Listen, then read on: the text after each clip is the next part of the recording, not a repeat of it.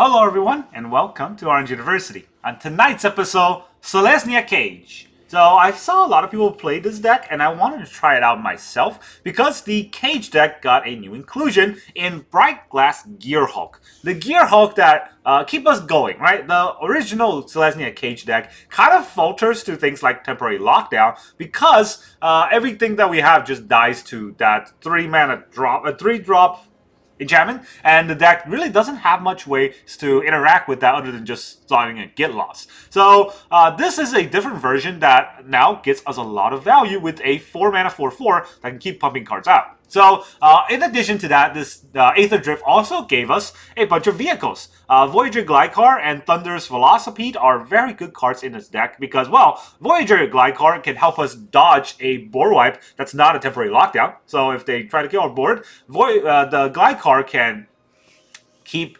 attacking. Not only that, Glycar also can become a flying creature if we just tap 3 untapped creatures. It doesn't say that we have to activate as a sorcery, unlike Crew. So that means we can do it at any point, and actually, Crew is not even a sorcery. It's not Saddle. But either way, we can do it at any point, which means that the Glycar, if we have 3 creatures, right, and our opponent has a blocker, we don't want to do anything about it, we can tap those 3 creatures at the end of the opponent's turn to turn the Glycar on, put the +1/+1 counter on it, and then do it again next turn so that this becomes a 4/5 attacker. 1-mana 4/5. That would be crazy, right? That now starts becoming a scary card. It's kind of like Warden of the Inner Sky, but a little better in this deck because we don't have that many things to tap. More importantly, it's sort of a sustainability that matters. Velocipede, on the other hand, is a board pumper. So it's pretty good to pump the board. I only have 1. I wanted to put 2 in the deck, but I only have 1. So instead, I kept a Toby Beastie Befriender. This card is not as good because we don't make as many tokens, but it is, if you have the second Velocipede, I would suggest trading it. And then the rest of the deck is pretty straightforward, right? So let's talk about the whole deck list.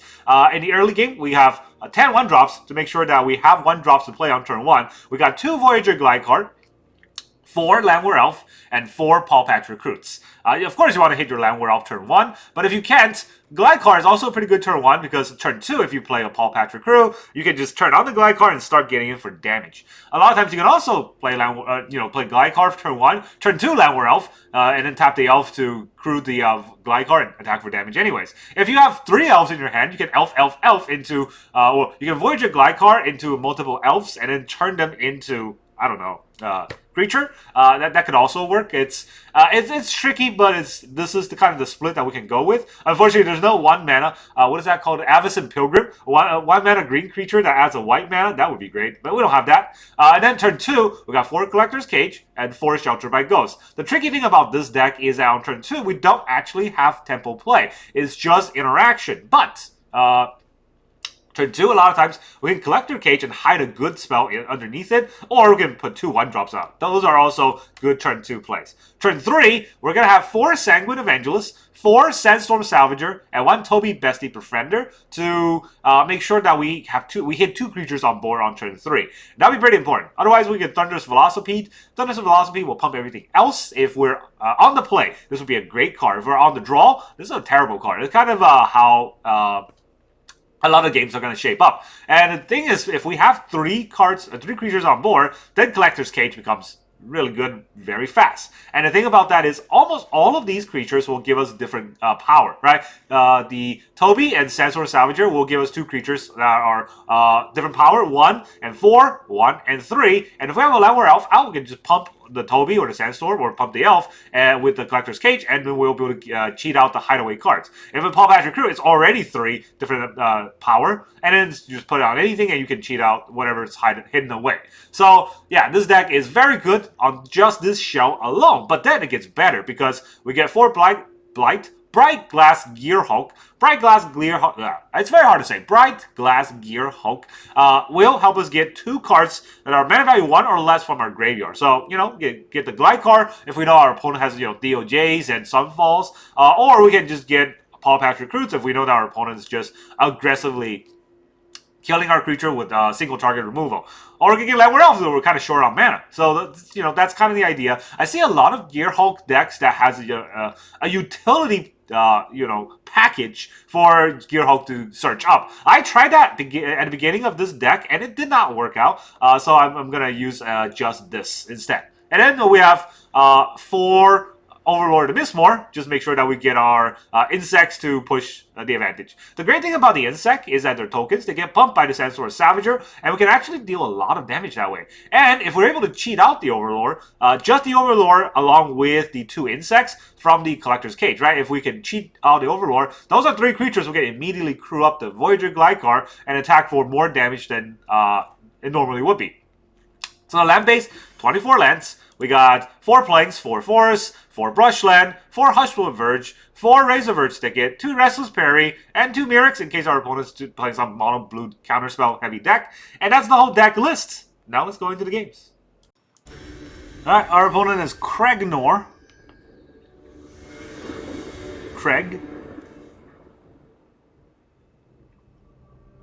It's very fun to play an aggro deck where you go second with 4 opening lands and no 1-drop creatures. Like, you could not make the shuffler hate you more. And we also somehow get matched against someone who takes an hour for their turn. This is what I get for trying to play this game. You know, like, why? Alright, I'm mulligan. Still 4 lands, still 3-drop creatures. Go down to 5. And then I get 2 Gearhulks. In the opening.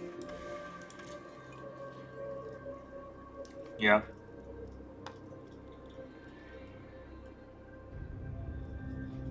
I can hope our opponent doesn't know how to play Magic. That's about it, right? Maybe they only play green cards, and I don't know. I cannot imagine a deck that doesn't beat this hand. Red? Yeah. They'll probably beat it. That will do, pig. That will do. I play a Llanowar Elf. Please don't bolt my elf. But you always bolt the bird. Swift Sphere kind of also signifies that they know how to play boats in their deck. So it's really funny that Swift Sphere is now the weakest mono-red 1-drop creature. Yes, the Monastery Swift Sphere, one of the most feared 1-drops, is now the weakest card in their deck.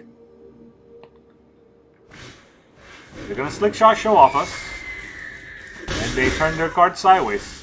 What a surprise.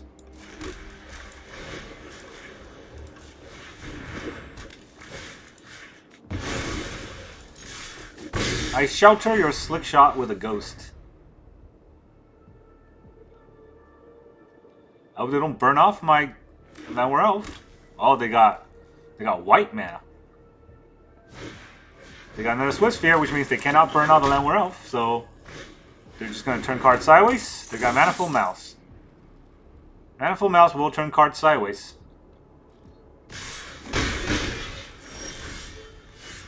No, not tapping my Llanowar Elf, or not attacking with my Llanowar Elf, so here's the Brightglass Gearhulk. Yes, I would like to take 2 cards. Glycar here? Glycar is a pretty big creature, right? So let's get that. Pawpatch Recruit is also pretty good.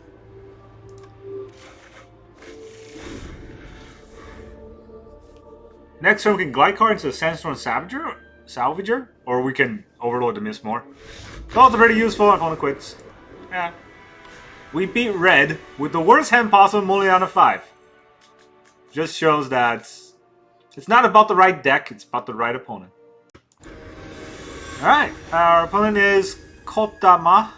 Kodama?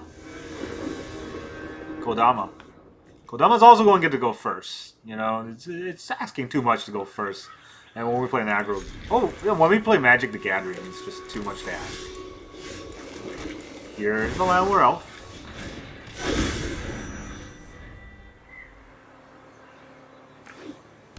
They got blue. They are ready with their counter spells. Well, we're ready to get our spells countered.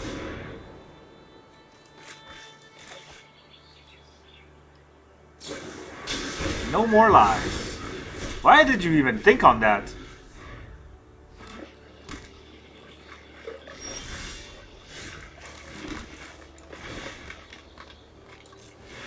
got more lice. We've got more evangelists. Oh, the evangelist is out.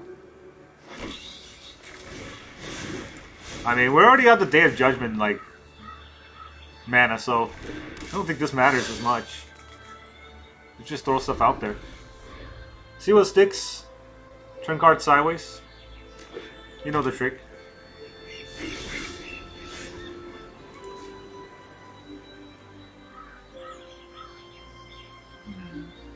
I guess I want to play Gearhulk, right? Is there a reason to play anything else here?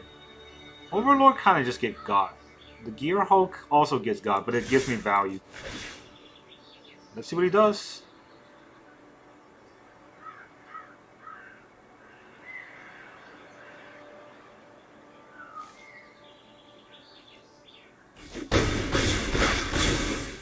Oh, he just takes all that damage? Okay. Counters this. The deuce. The clue. I will take 2 cards. Get a Glide card and a Pawpatch Recruit. Not sure if this will matter. Probably just gonna get Sunfalled here. Yep. So, okay, I could not draw a land, so I just play this. I mean, we had to wait a long time to get our cards in, and by then we only got 10 damage. If our opponent's at 2 or 4, this might be different. Like, we might be able to get there, but they have half of their life.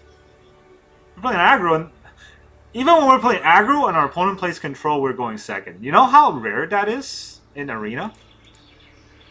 They don't even have a pet. They started playing this game yesterday, and they draw Day of Judgment.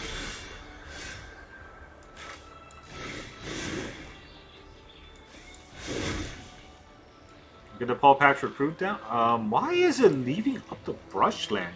Jesus. It's so bad. Let's get the Glide card.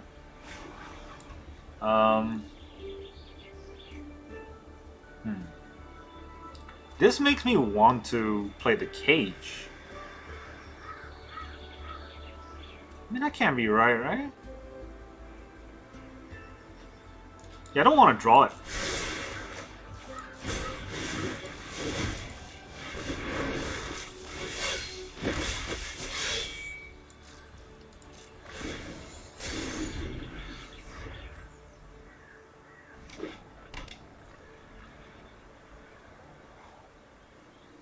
I mean, if they have a bunch of Day of Judgments and Sunfalls, it's also perfect for our deck. Oh yeah, they do. They definitely got it.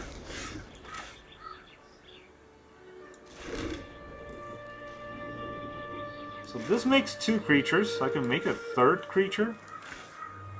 Maybe I do that. Oh, I mean, I don't have enough mana for Cage anyway, so...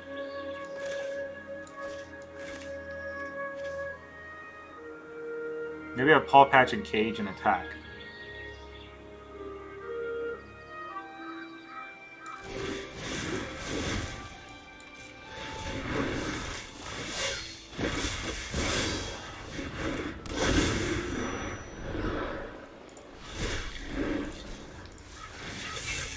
For 1, turn it sideways.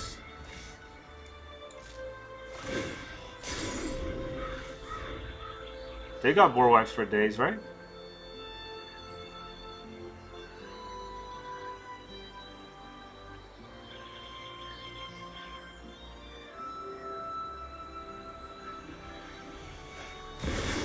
Riptide Gearhulk. 1 non-land permanent control and a... Okay. We're just gonna get rid of our Cage.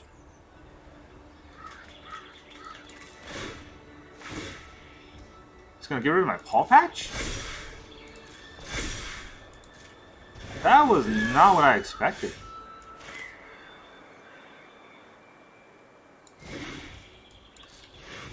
Get the Evangelist down. We'll Cage up this. Gearhulk. Let's do the thing again.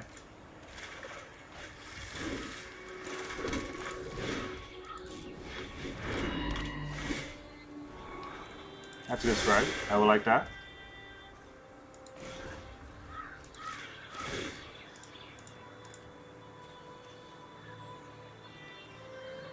I'll leave that up.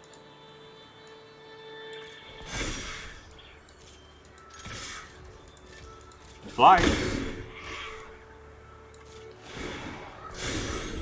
Yep. He can still wipe my board. That's the thing that he can do. No, he quits. We got there. The 2 Sunfall, 3 Sunfalls and a DOJ, and we still got there. You ought to be ashamed, opponent. You suck at this game. 2 Sunfalls and a DOJ, right? And the counter spell, he still couldn't get there. The fact that he Riptide and didn't target my cage is so weird. Make my creature bigger. Not that it mattered, because I was just gonna fly over. Well, the glide card is definitely very good against this kind of sorcery speed removal. But yeah, that was so bad. Well, I'll take a win. Alright, our opponent is Furugoria. Whatever that is, we get to go first. We got Llanowar Elf into Pawpatch Recruit. Maybe. This is an okay hand, right? I would say I would go on a limb here and say that's a good hand. Let's see what our opponent can do to kind of mess that up for us. So far, nothing. So let's get him Pawpatch going. So if he has removal, he's not gonna like it. He has no removal. Well, he's really not gonna like this. I played this before he kills any of our stuff. Let's get 2 cards. We'll get a Pawpatch and another Pawpatch. I like Pawpatch Recruits. These damages are gonna stack, and I like the value that I'm getting in my hand, dude. Yeah, you can't go 3 turns into nothing. I guess he's stuck on red. Or stuck on not having red. Cool. Whenever we have a good hand, our opponent's not even playing Magic. So it's like we're playing Solitaire. Alright, our opponent is... I got you... Coach? I got him, Coach? Is that what the name is? Did you get him, Coach? Did you? Hello.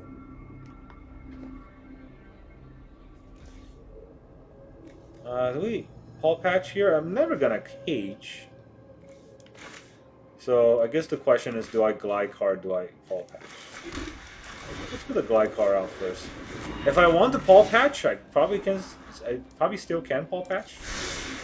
Right?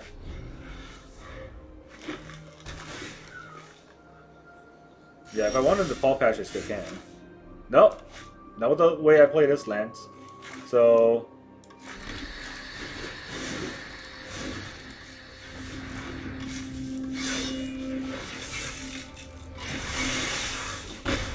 die to a temporary lockdown. Oh boy. So far, no temporary lockdown. That's good. So what do I want to do this turn? Another Pawpatch?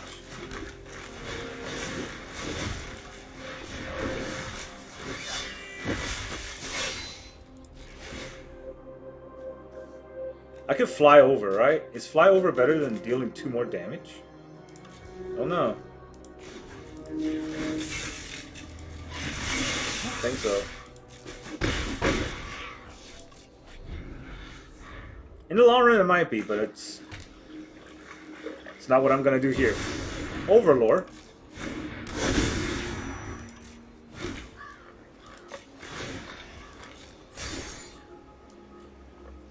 This is tap 3 untapped creature control. Okay, I don't have 3 untapped creatures. Now the question is, do I Brightglass or do I cage here? Well, cage is more limited, so I think I do that here. What can I hit? Overlord? It's pretty nice. I'll put this on a Pawpatch. That'll give me 3 different powers.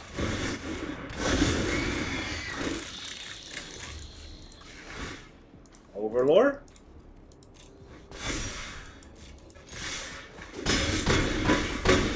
Put them down to 5. Put the Prairie out. My Glycar can deal 3 damage if I crew it. And the Prairie can deal 3 damage. Yeah, that's not going to do it.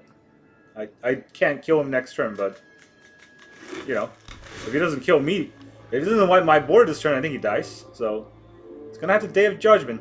Any targeted removal is going to buff this whole board. Basically, Day of Judgment. Nice. Shelter by Ghosts.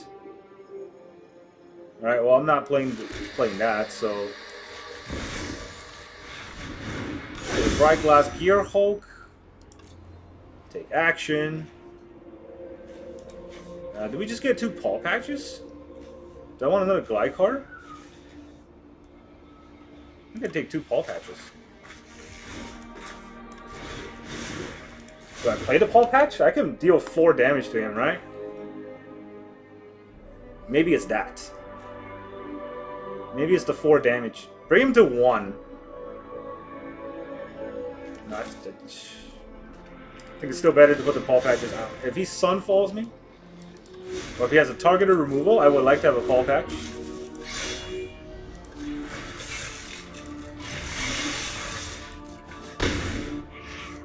There you go.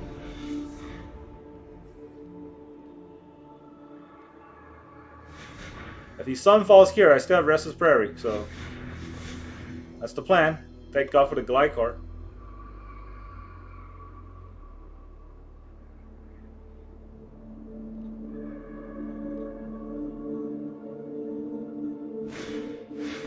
Split up. All untapped creature. Cool. I still got a tap creature.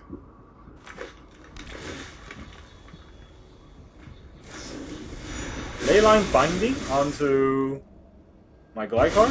Yep. You got 1 mana. There's a 2/2 and a Prairie. We got there. Man, I hate these decks so much.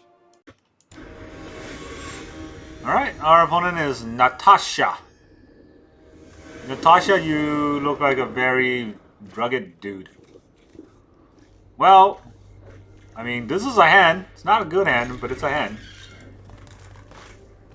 You can definitely Llanowar Elves turn 1, so... And we will Llanowar Elves turn 1. We're going second, so I don't know how much of it is going to matter. Turn 2, nothing, so... Guess we're just going to get countered. Not yet. Guess it's happening soon. Alright, turn 1, nothing, turn 2, nothing, quit. I guess we have a good hand and we're just gonna have to eat the win. Right, our opponent is the Maguroman. Maguroman, we're going first. We got 2 Restless Prairie in the deck. They're both in our hands. Everything else is fine, but, you know. 2 Restless Prairies. Definitely not what I wanted to see opening, but it's what we got.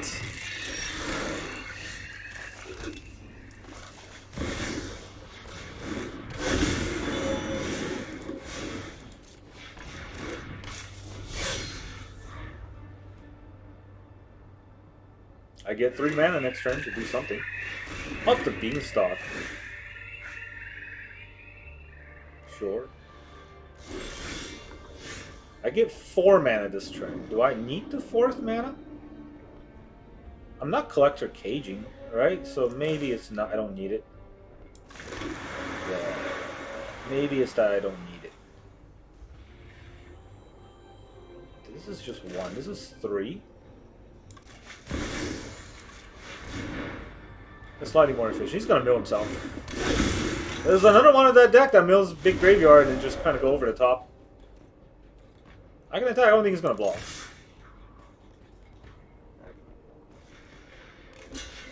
Okay. Yes. He blocks. Kills my Pawpatch, yes, but he blocked, which means now we're gonna get. He's not gonna get an extra mana this turn, right? That's what I was afraid of, him getting the extra mana. Surveil. He's gonna get a big graveyard. That's the plan of his deck. I don't think I can get around that. I'm playing this land anyway, so let's cage it up. What do they have? I did a shelter. The shelter, what is it? Or is it Toby time? What am I going to shelter? The Moltander? Not this turn, right? I think it's Toby time.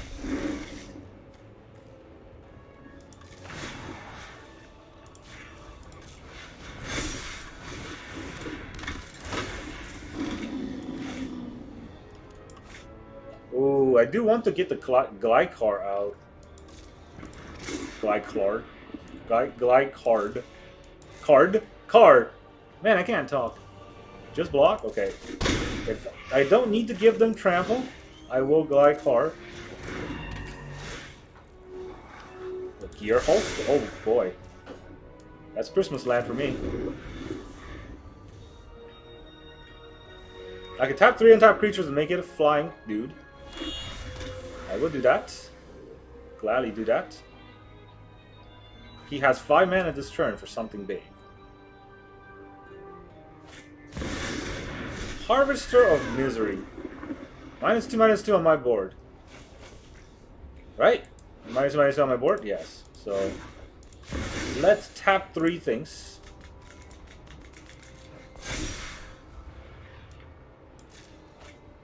It's gonna kill a lot of my important stuff.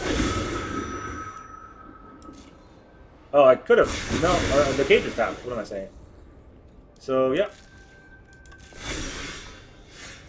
Cannot attack alone. This is flying. This is not flying. So, actually, let's get the Evangelist out. Do I get the Evangelist out? The good thing about getting the Evangelist out is that I get an extra mana to Collector's Cage. If his Harvester wants to block the 3/3. The bad thing is if he makes me discard my Brightglass Gearhulk, I'll be sad. But I guess if he does that, I have a whole board that kind of overruns him.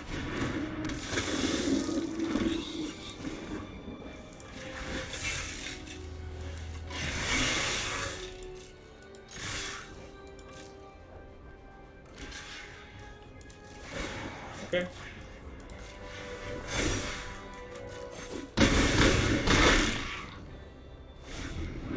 Pretty sure he wants to get rid of my board here. Otherwise, I will overwhelm him on board. But if he has like 2 of those, that makes me discard. He's gonna turn through a lot of creatures. 5/4. Ah, there it is. Okay, fine. I was kind of expecting that. I was hoping I don't see that, and then, yeah, as soon as that happens, I'm gonna draw lands, right? I can still attack with the Prairie. +1/+1 to the board is pretty good. Yeah, +1/+1 to the board, right? And then this Evangelist plus another one to the board.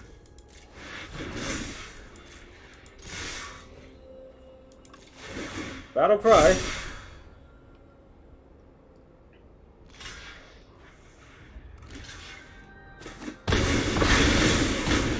Oh, lethal. Ha, GG. We got there anyways. Maguro-man, you put up a good fight. I didn't even do the math there. But math is for blockers. Alright, our opponent is Craftstorm. I wonder if he's going to play a Storm deck. I also wonder if he's going to go first. Oh my god, we got to go first? That never happens. Well, not a good hand to go first on, but I can't really turn it down. Well, with the draws I've had. Pretty sure if I mulligan this, I get to even less creatures. Yeah, a second Glycar? No thanks. Swamp. Pawpatch Recruit. Screw it up. He's got a cut down. Do you want to cut down my Glycar here? He does cut down a Glycar.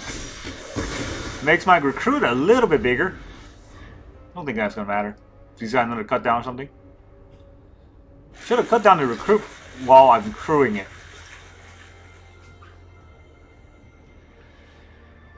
But hey, you know, we face Day of Judgment opponents and just mono black, kill everything opponents. Bitter Triumph. Takes 3. Most likely attack. Tobe. So we got green mana, colorless mana, which can't help the Gearhulk at all. Fable Passage. This won't do. This won't do it. Collector's Cage.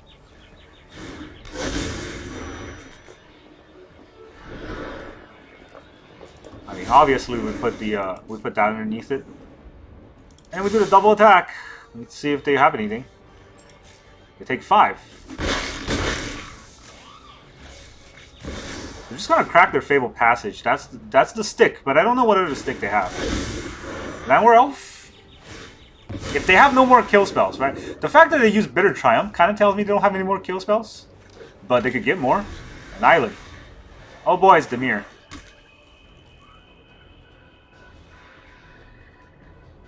Hey, it's not great if it's Dimir. Also, I got 3 green. Magic Jewel. Realmbreaker. Alright. That was the game they were trying to fight. I don't think that's gonna get them there. Let's cage up the Llanowar Elf. No, let's cage up the Toby.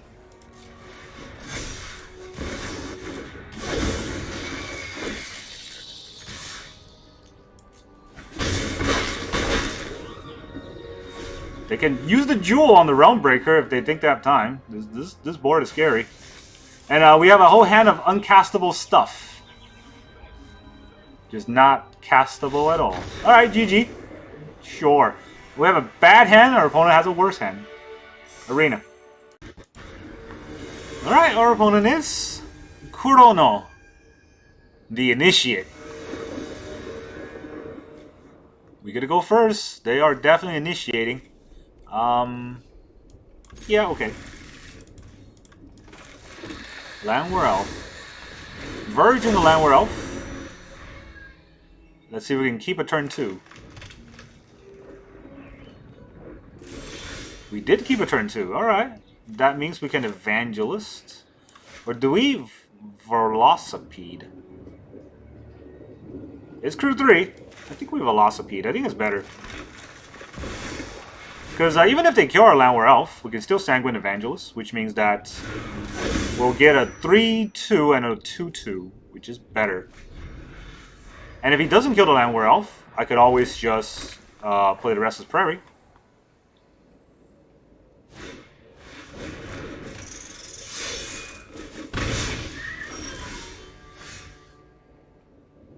This is going to be a 4-4, right? Yeah, I think it's better to put the Restless Prairie out. No, this puts more creatures on board. 4-4 still died to the Emberheart Challenger.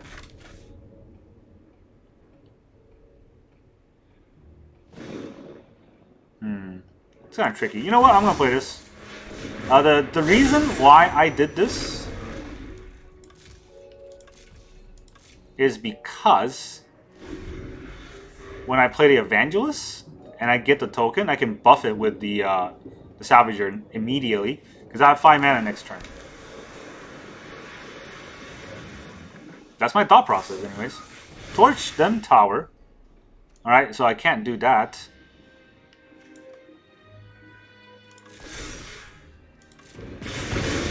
Definitely torch them tower.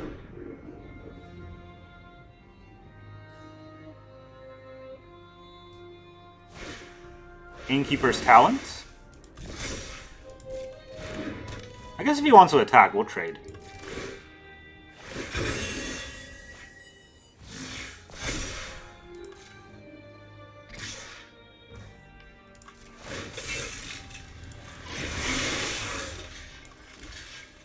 We trade? Wait, do I trade this? I don't need to trade it, right? It's not that big. I think the 5, I gained 5 of it back with shelter. Yeah, you know what? You got it. That was very good of you. That was very good play. Didn't even think about it. They just kind of played it. Alright, Sanguine Evangelist. Does the thing.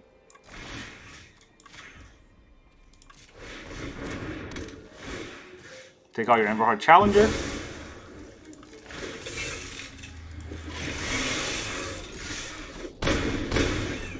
Yeah, bring him down to 10.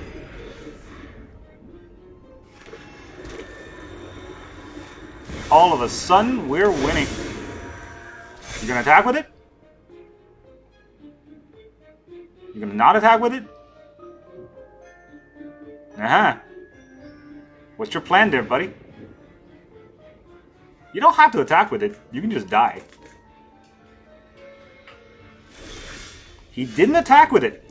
Okay. So, if he blocks this, right? He still takes 6, 7, 8, 9, 10... Huh. Okay, well, hold on a second. How am I supposed to crew? I guess I got to crew with the Evangelist. So...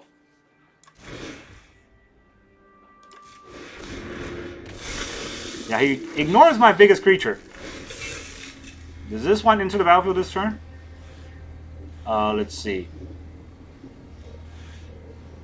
Into the battlefield this turn, so I tap this. Just crew it. And then everyone gets in there. There's no first strike here. So he blocks this, that's fine. He still takes 4 million. Would you like to deal some damage to me? No? Just get the F out. Sounds like fun for me. GG. Welcome back, everyone. Now that you see all of those KG games, do you like this deck?